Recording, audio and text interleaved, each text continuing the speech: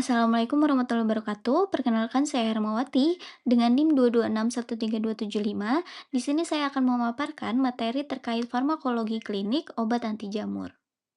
Diawali dengan pendahuluan, infeksi jamur semakin sering terjadi. Pasien AIDS sangat rentan terkena infeksi jamur. Pasien imunosupresi, yaitu diantaranya adalah kemoterapi, transplantasi, kortikosteroid, yaitu rentan untuk terkena infeksi jamur. Diabetes mellitus dan penggunaan antibiotik lama juga faktor resiko. Karakteristik jamur. Jamur adalah eukariotik memiliki inti sel, dan dinding selnya mengandung glukan dan kitin. Sel manusia tidak memiliki dinding sel atau target selektif obat, dan eradikasi jamur memerlukan strategi berbeda dari bakteri. Target kerja obat anti jamur. Yang pertama, sintesis membran dan komponen dinding sel.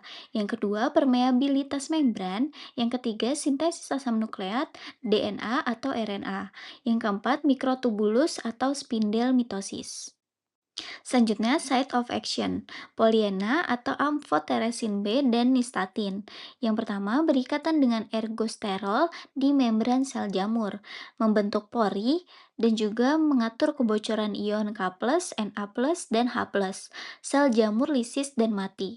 Untuk azol, yaitu imidazol dan triazol, menghambat enzim 14A sterol demetylase dan juga ergosterol tidak terbentuk. Akumulasi 14 A-metilsterol toksik bagi jamur. Selanjutnya, site of action pada alilamin atau naftifin dan terbinafin. Menghambat enzim squalen epoksidase, ergosterol tidak terbentuk, dan juga akumulasi squalen yaitu toksik bagi jamur. Ya, selanjutnya, ekinokandin yaitu caspofungin, anidulafungin, mikafungin yaitu untuk menghambat pembentukan glukan atau 1,3 beta diglukan. Dinding sel jamur menjadi rapuh. Sel jamur yaitu mengalami ketidakstabilan osmotik dan juga lisis.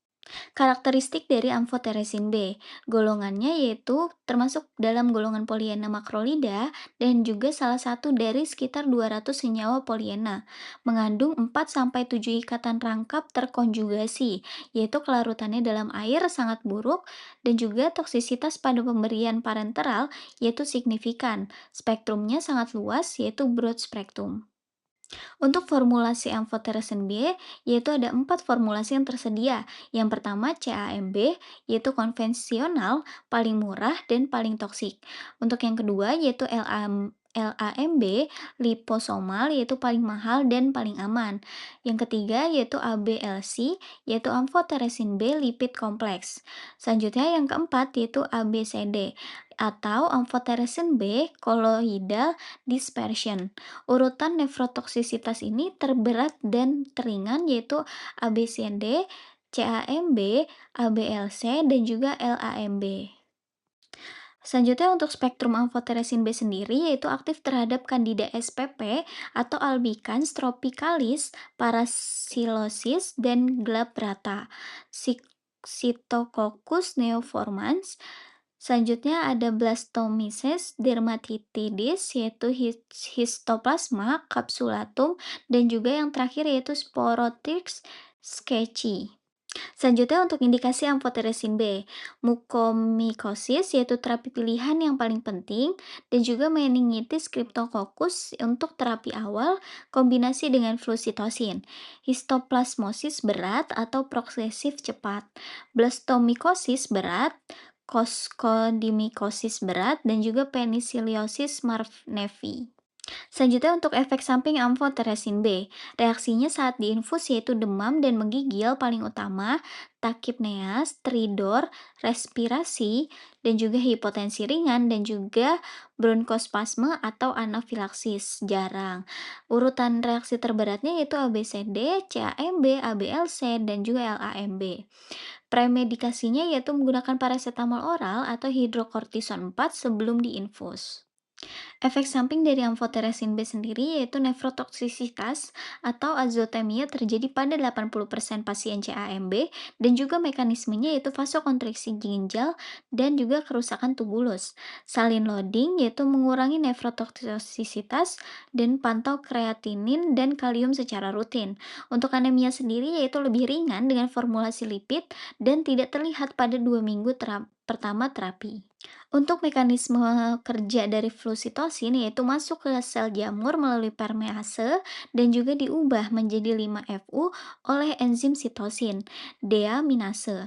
Untuk 5-FU sendiri ini diubah menjadi 5-FUMP yaitu enzim UPTRase dan juga 5-FUMP ini masuk ke dalam RNA dan mengganggu sintesis protein. Selanjutnya menginhibisi timidilat sintase dengan gangguan DNA.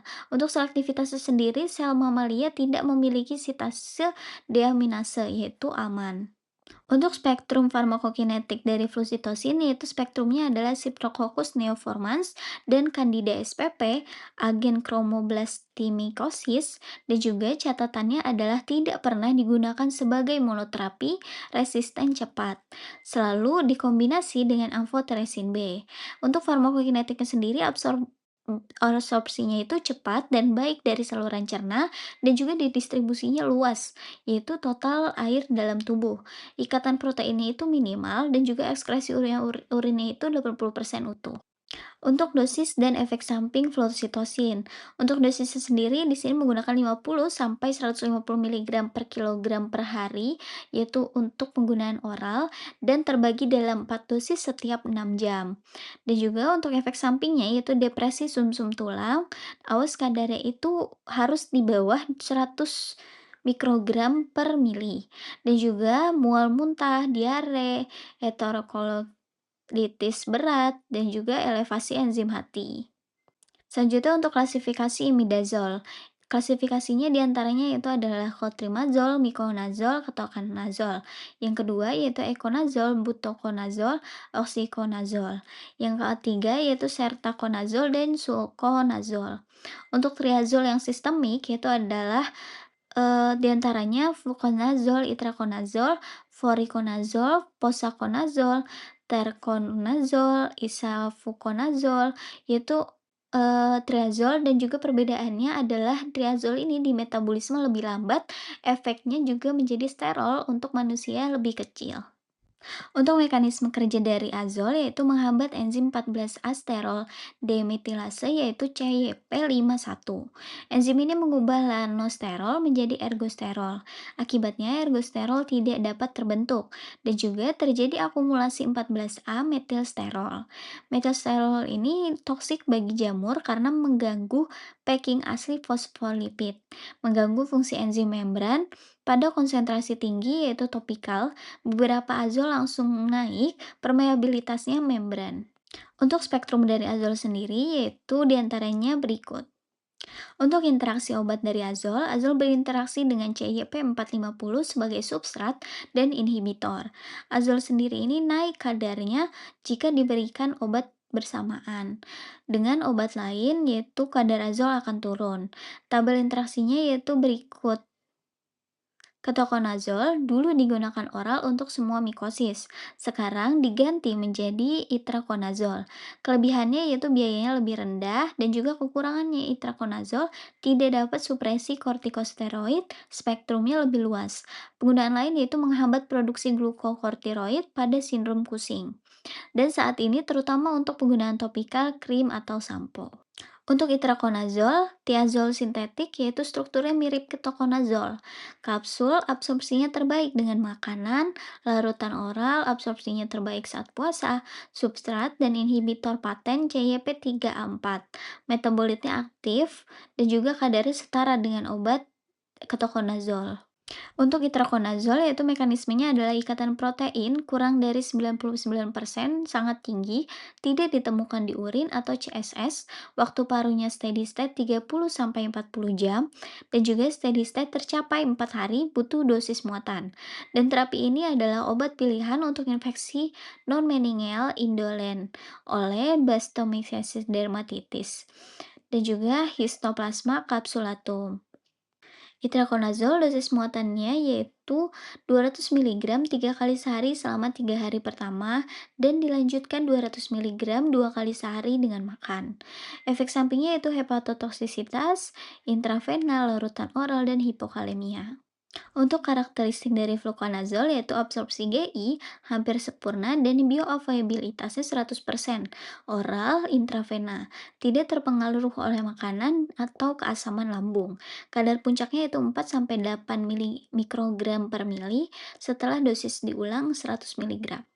Untuk indikasi fluconazole yaitu diantaranya adalah Candidiasis orofaring, Candidiasis vagina, Candidiuri pada pasien resiko tinggi, demam neurotopenia, meningitis Streptococcus, meningitis Coccidioidomicosis, dan juga dosis umumnya adalah 50 sampai 400 mg per hari oral dan IV. Selanjutnya untuk voriconazole, strukturnya mirip fluconazole. Aktivitasnya in vitro lebih tinggi, spektrumnya lebih luas, kelarutan airnya buruk, bioavailabilitas oralnya 96%, dan ikatan proteinnya 56%. Untuk volume distribusinya yaitu 4,6 liter per kilogram tinggi. Metabolismenya yaitu CYP2C19 utamanya, dan untuk yang keduanya adalah CYP2C9. Untuk paruh waktunya yaitu sekitar 6 jam, dan metabolismenya nonlinear, hati-hati pada polimorfisme. Terapi dan efek samping voriconazole. Indikasinya adalah untuk kandidiasis esophagus, kandidemia untuk lini pertama, dan aspergillosis invasif untuk lini pertama yang terpenting, salvage untuk pseudolesia riboidi dan fusarium. Untuk efek sampingnya sendiri yaitu teratogenik, hepatotoksisitas, dan perpanjangan interval QT. Selanjutnya, pada echinocandis, yaitu bioavailabilitas oralnya tidak ada dan hanya menggunakan IV. Ikatan proteinnya kurang dari 97%, penetrasi CSS-nya tidak bisa, bersihkan ginjal juga tidak ada, yaitu aman pada gagal ginjal, efek gagal hatinya sedikit, hanya caspofungin, perlu penyesuaian. Untuk efek sampingnya minimal dan kategori kehamilannya C. Untuk caspofungin, indikasinya adalah kandidiasis invasif dalam terapi awal, aspergillosis invasif, kandidiasis esophagus, demam neutropenia, dosisnya yaitu dosis awal 70 mg hari pertama dan dilanjutkan 50 mg per hari. Jika dengan rifampin atau tidak respon, naikkan menjadi 70 mg per hari dan untuk gagal hati sedang turunkan menjadi 35 mg per hari. Untuk efek sampingnya yaitu flebitis, reaksi histamin jika diinfus cepat.